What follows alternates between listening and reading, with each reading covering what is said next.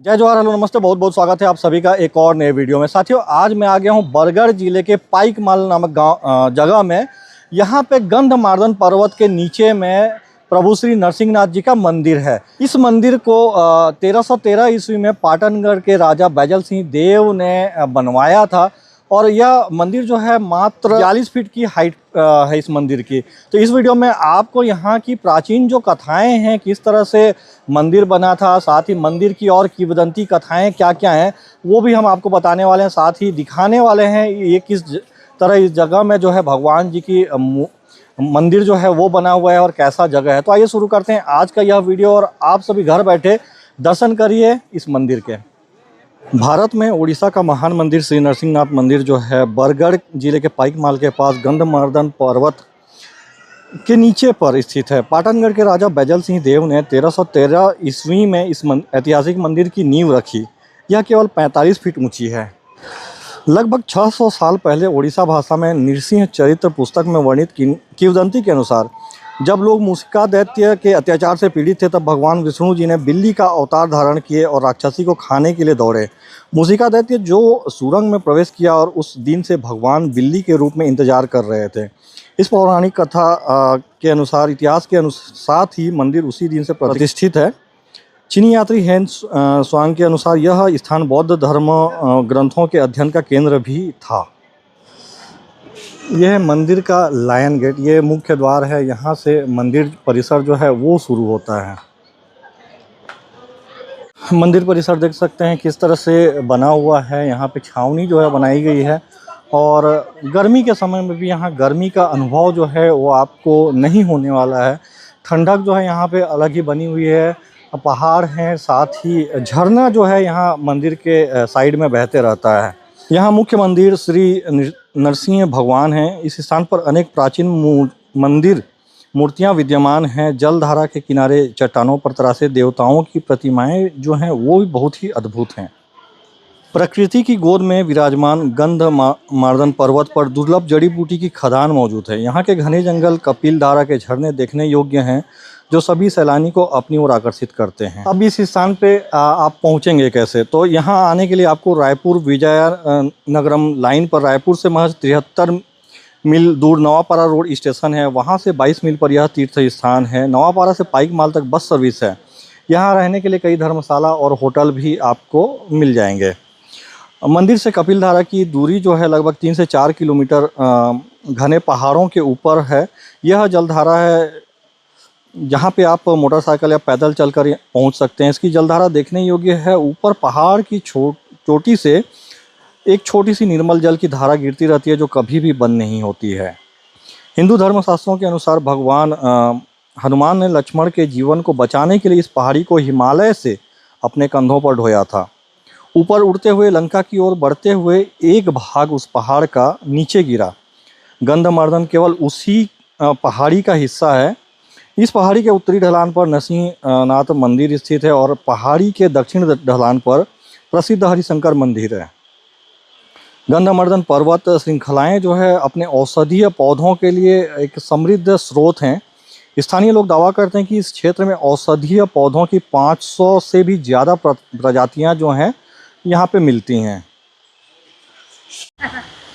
नरसिंहनाथ मंदिर आप आएंगे तो ये जो आपको नज़र आ रहा है ये है गौकुंड। जो गौ हत्या किए रहते हैं या पिंड दान करना होता है वो यहाँ पे पूजा पाठ करते हैं और इस कुंड में नहा के उस पाप से मुक्ति जो है उन्हें मिल जाती है। जैसा कि आप यहाँ पे देख सकते हैं, 2 गाय का मुंह जो है वो बना हुआ है, जहाँ से जल की धारा जो है वो निरंतर बह रही है। तो इसी कुंड को गौ कुंड कहा जाता है और इसमें स्नान करके जो गौ हत्या किए रहते हैं उनका पाप जो है यहाँ से दूर होता है। और यहीं साइड में आप देखेंगे पहाड़ी पे भोलेनाथ जी जो हैं तपस्या मुद्रा में यहाँ पे बैठे हुए हैं।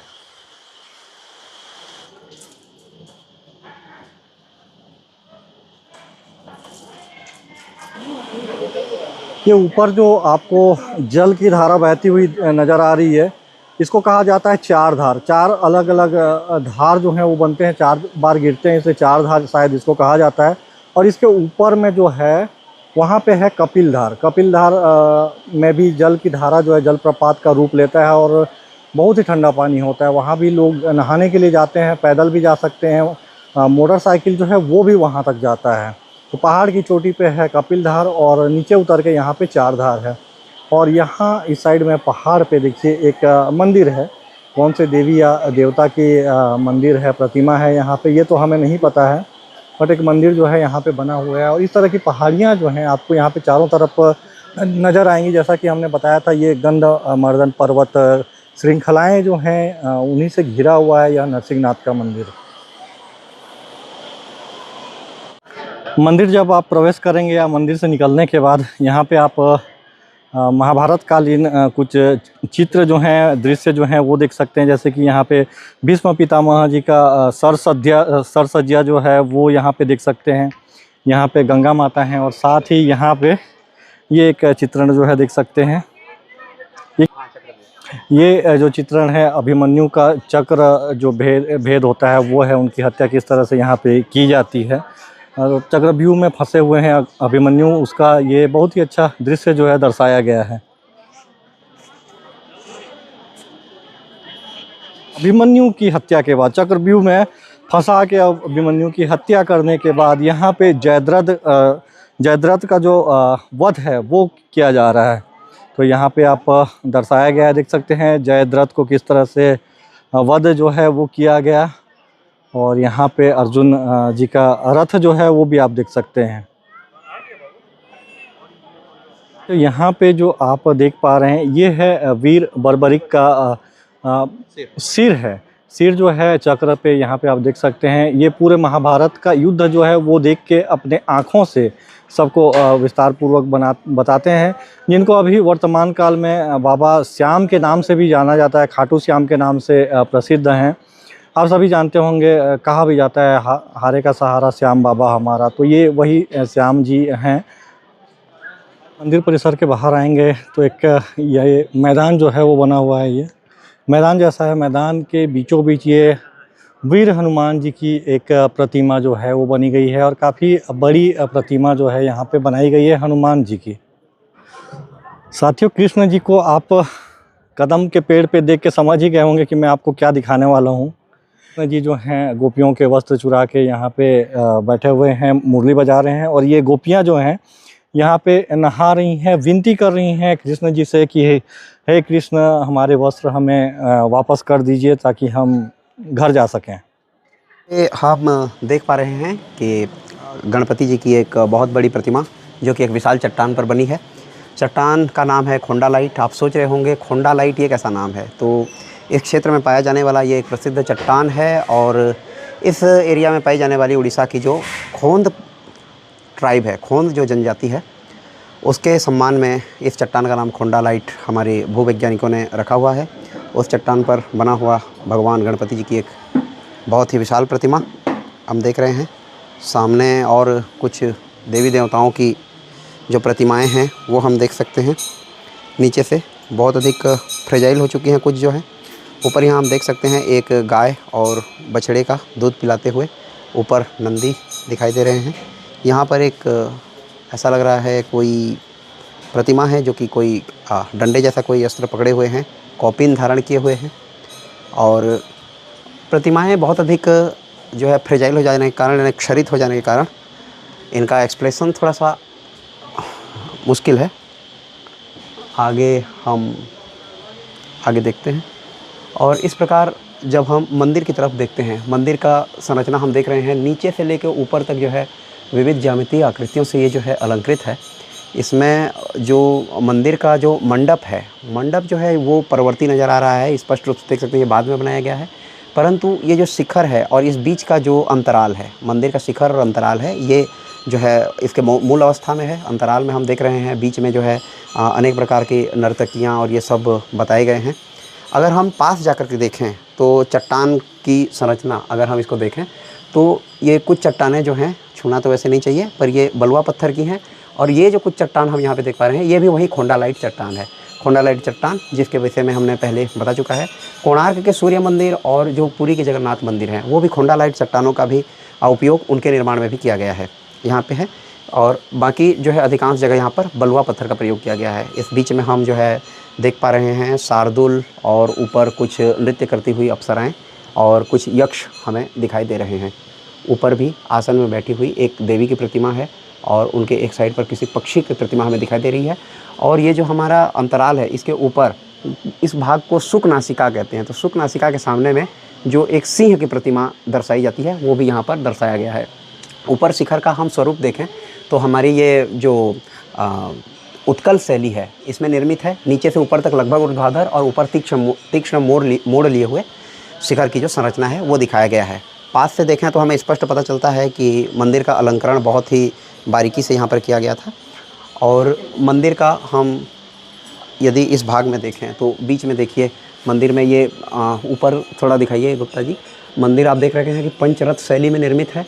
पंचरथ शैली का जो मध्य रथ है, मध्य रथ के बीच में ये जो देवकुलिका बनी हुई है, देवकुलिका में हम देख पा रहे हैं यहाँ पे भगवान जी का त्रिविक्रम स्वरूप अथवा ये जो वामन स्वरूप कहते हैं, यहाँ पर भगवान वामन स्वरूप में यहाँ जो है राजा बलि से अपना दान मांगने आए हैं। राजा बलि आप देख रहे हैं, राजा बलि जो है वो भगवान श्री वामन जी को दान देने का संकल्प ले रहे हैं, लोटा पकड़े हुए हैं। और उनके दान मांगने के पश्चात भगवान अपने त्रिविक्रम स्वरूप में और संपूर्ण सृष्टि को अपने 3 कदमों में नापते हुए यहाँ पर ब्रह्मा जी दर्शाए गए हैं। इनके जो भगवान जी का ये जो त्रिविक्रम स्वरूप है ये उनके आयुध दिखाई दे रहे हैं। इनके नाभि से एक जो कमल निकला हुआ था उसका दिख रहा है जो कि अभी टूट चुका है, वो यहाँ से जाके ब्रह्मा जी का जो कमल है वहाँ तक पहुँचा हुआ था। ऊपर गणेश जी की प्रतिमा भी हमें दिखाई दे रही है जो कि बहुत ही छोटी बनाई गई है। आगे हम देखेंगे तो ये जो अनुरथ और कर्णरथ है नीचे से लेकर, ये भी पहले जो संरचना हम दिखाए हैं बिल्कुल वैसी ही है। और मंदिर के बिल्कुल पश्चिम भाग में है ना, मंदिर के बिल्कुल पश्चिम भाग में हमें ओके करें, नीचे हम देख पा रहे हैं यहाँ पे कुछ शार्दुल प्रतिमाएं जो कि आंतरिक भाग हैं। और ऊपर जब हम देख रहे हैं तो ऊपर में कुछ अप्सराएं दिखाई दे रही हैं। ये चंवर धारणी है, हाथ में चंवर धारण किए हुए है, आपको दिखाई दे रहा है या नहीं पता नहीं, ऊपर में चंवर धारण किए हुए हैं। उधर एक अप्सरा जो है वो पायल पहनती हुई दिखाई दे रही है। बहुत ही सुंदर ढंग से इनको उकेरा गया है। तो यहाँ पर हम देख पा रहे हैं भगवान जी का नृसिंह स्वरूप, नृसिंह अवतार, जो कि अपने जंघा पर हिरण्यकशिपु को लिटाकर उनका पेट चीरते हुए यहाँ पे उनको दिखाया गया है। और ऊपर पद्म पुष्प दिखाए गए हैं। इनका दंड जो है हाथ में वो दिखाई दे रहा है। और इनका जो शेष भाग है वो लगभग अक्षरित हो चुका है, प्रतिमा का शेष भाग जो है। और पीछे की तरफ देख पा रहे हैं एक ये नीचे जो शार्दुल प्रतिमाएं जो कि प्रायः दिखाई गई हैं। और ऊपर हम देख पा रहे हैं एक माता जो है अपने एक बच्चे को अपनी गोद में लिए हुए है, दूसरे को नीचे खड़ी की हुई है। और एक साइड में कलश संभवतः धारण किए हुए एक और अप्सरा को दिखाया गया है नीचे की तरफ। और इस साइड में अगर आप देखेंगे तो ये मंदिर निर्माण करने से पहले ये चट्टान को किस तरह काटा गया है, आप इसे भी ध्यान से देखिए। ये चट्टान को जिस तरह से काटा गया है इसको आप ध्यान से देखिए। यही वो इसका स्ट्रक्चर को देखिए। ये खोंडालाइट चट्टान है, ये एक फोलिएटेड मेटामॉर्फिक रॉक है, फोलिएटेड मेटामॉर्फिक रॉक है। और उसके इंग्रेडिएंट भी आप देख पा रहे हैं। इससे थोड़ा सा कुछ मात्रा में इसमें ग्रेफाइट है और कुछ मात्रा में जो है अभ्रक है, माइका, और क्वार्ट्ज है, थोड़ी मात्रा में कैल्साइट। ये एक जो है फोलिएटेड मेटामॉर्फिक रॉक का प्रॉपर एक नमूना है जिसको खोंडालाइट के नाम से यहाँ पे जाना जाता है। मंदिर के बाजू में ही एक और देवकुलिका बना हुआ है जिसमें हम देख पा रहे हैं भगवान जी का वराह अवतार, वराह भगवान पृथ्वी का उद्धार करते हुए देख रहे हैं। उनका मुख वराह के सदृश है, केश घुंघराले बनाए गए हैं। और ये जो है बिल्कुल काले ग्रेनाइट से बनी हुई प्रतिमाएं हैं जो हम पिछले आपको दिखा चुके हैं। भगवान का त्रिविक्रम स्वरूप, भगवान जी का नृसिंह स्वरूप, भगवान जी का वराह स्वरूप जो है, ये तीनों स्वरूप जो है काले ग्रेनाइट पत्थर से निर्मित किए गए हैं। और बहुत ही सुंदर ढंग से इनको यहाँ पर तराशा गया है, दिखाया गया है। इस पार्श्व से यदि हम देखें तो नीचे से ऊपर तक ये जो अनुरथ और कर्णरथ है, यहाँ पर भी संरचनाएं पूर्ववत ही है। लेकिन जो उसके सामने हमारा जो अंतराल का भाग है, अंतराल भाग पर यदि हम बाहर की ओर देखें तो यहाँ पे कुछ यक्ष यक्षिणियाँ नृत्य करते हुए दिखाई गई हैं। देखिए पहला और दूसरा तो नृत्य करते हुए देखिए, तीसरे में देखिए एक यक्ष के ऊपर दूसरी यक्षिणी कैसे उसके ऊपर बैठ करके जो है नृत्य की मुद्रा में यहाँ पर कितना सुंदर दृश्य दिखाया गया है। ऊपर की देखें तो एक और देवकुलिका जहाँ पे संभवतः कोई प्रतिमा पहले थी परंतु अभी नहीं है। पार्श्व में उसका हाथी स्पष्ट दिखाई दे रहा है। पीछे साइड में जगह हम देख रहे थे तो वहाँ पे हंस दिखाया गया था, इधर हाथी दिखाया गया है। तो इसका अर्थ हम ये करते हैं उधर जो है सरस्वती जी की प्रतिमा रही होगी, इधर चूँकि हाथी है इसलिए इधर लक्ष्मी जी की प्रतिमा रही होगी, ऐसा हम अनुमान लगा सकते हैं।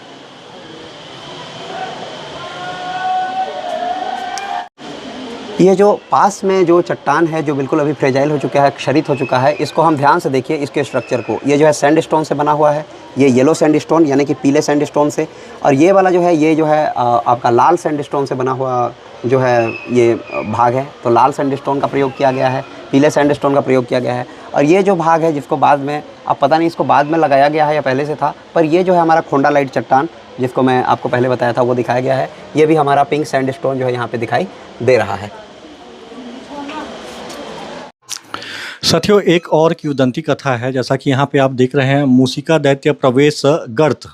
ये मार्ग जो है यहाँ से मूसिका दैत्य जो यहाँ पे किसी समय प्रजा को परेशान करता था, उस दैत्य से रक्षा करने के लिए भगवान विष्णु ने बिल्ली का स्वरूप जो है वो धारण किया और यहाँ पे आके मंदिर में जो है विराजमान हुई। तब से लेके आज तक ये जो मंदिर है फेमस है, और द्वार पे बैठे होने के कारण मूसिका दैत्य जो है वो अभी तक बाहर नहीं आए और यहाँ के प्रजा की जो रक्षा है वो हो पाई।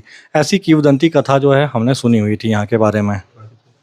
यहाँ पे भक्तों की कतार जो है आप देख सकते हैं, जो अभी नरसिंह भगवान के दर्शन करने के लिए आए हुए हैं।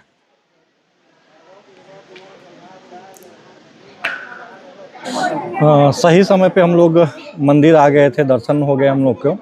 12 बजे मंदिर का पट जो है वो बंद हो जाता है, और हम लोग 12 बजने से 10 या 15 मिनट पहले पहुँचे ना, 10-15 मिनट हम लोग पहले पहुँचे, दर्शन हो गए। और हम लोग खुशकिस्मत हैं कि हमें भोग जो है वो भी शायद मिल जाए। बैठे हुए हैं हम लोग यहाँ पे भोग लेने के लिए, प्रसाद ग्रहण करने के लिए सारे लोग बैठे हुए हैं। ये सारे जो आप लोगों को नज़र आ रहे हैं ना, ये सब भोग प्रसाद में लेने के लिए जो है यहाँ पे बैठे हुए हैं। अच्छा, इसको जो है हरिहरत पंगत कहा जाता है। मुझे नहीं पता था, दादाजी जो हैं वो बता रहे हैं, तो बस वेट कर रहे हैं हम लोग। किस्मत में है तो हमको मिल जाएगा। तो साथियों, आप लोगों ने देखा नरसिंहनाथ मंदिर किस तरह से बना हुआ है और किस जगह में बना हुआ है, क्या कहानी है यहाँ की, और किस तरह का स्ट्रक्चर जो है यहाँ पे मंदिर में बना हुआ है। ये सारी चीज़ें जो हैं आप सभी ने देखा, और लास्ट में जो मंदिर की डिटेल जो है वो बता रहे थे, वो हमारे त्रिनाथ राणा जी बता रहे थे। आई होप आप लोगों को आज का यह जो वीडियो है देख के अच्छा लगा होगा। वीडियो अच्छा लगा तो वीडियो को लाइक करिए, अपने दोस्तों के साथ शेयर करिए। चैनल पे अगर आप नए हैं तो चैनल को सब्सक्राइब कर लीजिए, बेल आइकॉन को प्रेस कर लीजिए, ताकि ऐसे वीडियोस के नोटिफिकेशन आप लोगों को देखने के लिए मिलते रहें। आज के वीडियो के लिए बस इतना ही। Thank you. जय हिंद, जय भारत।